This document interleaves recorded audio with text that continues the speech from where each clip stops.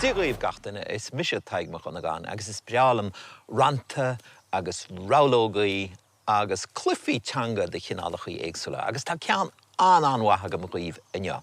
Is cinál comórtas atá agus tá an chraicibáint leis.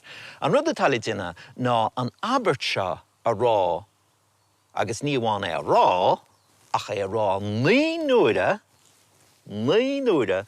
gan onál a hairint. So cai tú onál mhór a hairint an sin an abairt rá agus cunneart á rá ríist agus an sin cai tú fechans bhfuil tú an é rá ní nuaire.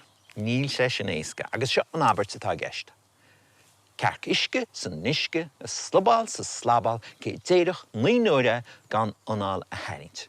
Cearc uisce san uisce a slobal sa slabal cé déireach ní nuaire gan onál a hairint. Tá mis an tríal bhaint as an is agus caithfidh sibse bheith a cóireamh lum Somáile tá cártaí beaga agam an seo má éiríonn lum é rá uair amháin chuir me sos an cárta seo gá uair an cárta seo agus mar sin. Right, bhfuil si bray? Shelly. Cá mé onál am mhór a hairint. Ní an ceann sin mór go leor tríála mé ríist. Ní arna me an yoga ar maidin so níl an onál chomh sa bhín go hintar. Okay.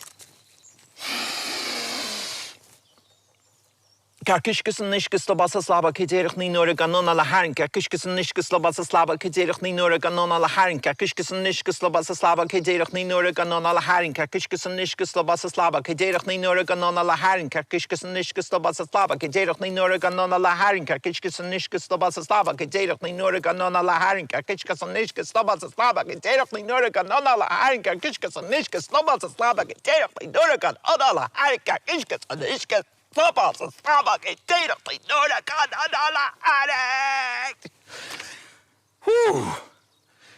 Tá me cinál dearach san éideann ach taire le me dhéine.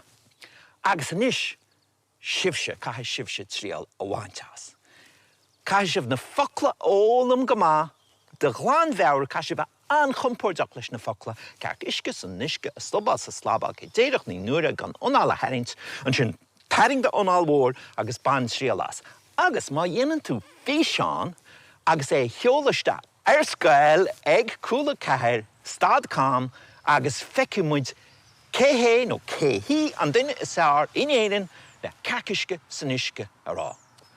Sin jab an uisce.